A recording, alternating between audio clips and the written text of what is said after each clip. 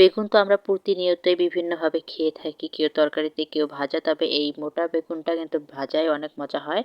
তো আজকে ভাবলাম যে ডিফারেন্ট করে কিছু একটা করি, যেহেতু মেহমানও বাসায় আছে, তাই মেহমানদের নতুন নতুন কিছু দিতে ভালোই লাগে। তো আমি এখানে মোটা বেগুনটা নিয়েছি, এটা আমি গোল গোল করে সবগুলো কেটে নিয়েছি, বেশি মোটাও করিনি আবার বেশি পাতলাও করিনি, সবগুলো ঠিক একইভাবে আমি কেটে নিয়েছি। এরপর আমি একটা ছুরির সাহায্যে ভেতরের অংশগুলো বের করে নিচ্ছি।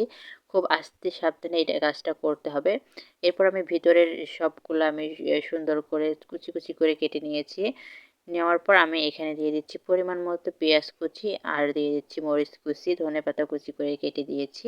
এখন সবগুলো উপাদান একটু একটু করে অ্যাড করতেছি। সামান্য একটু লবণ, মরিচের গুঁড়া সামান্য একটু দিয়েছি, হলুদের গুঁড়া দিয়েছি, আর একটা ডিম দিয়েছি। এরপর আমি সবগুলো হাতে মেখে নিচ্ছি। অন্যদিকে আমি এই বেগুনগুলোকে একটু সামান্য একটু লবণ আর হলুদ দিয়ে মাখিয়ে নেব, যাতে কালারটা সুন্দর হয়। যেহেতু আমি আগেরটাতে একটু লবণ দিয়েছি, তাই এটাতে সেই পরিমাণ মতো সামান্য একটু শুধু দিয়েছি। এরপর আমি তেল গরম করে এগুলো ভাজতে দিলাম। এর মধ্যখানে আমি সেই মেখে রাখা অংশগুলো আমি দিয়ে দিচ্ছি, একটু ভরাট করে দিয়ে দেব।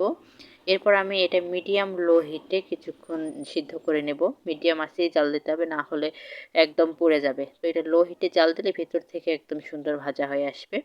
আমি সবগুলো সুন্দর করে লো হিটে ভেজে নিচ্ছি। এভাবে আলতো হালতে উল্টিয়ে দিতে হবে। এই তো দেখুন কত সুন্দর দেখা যাচ্ছে। এই ডিম দেওয়ার কারণে কিন্তু এই ভাজিটা অনেক মজা হয়।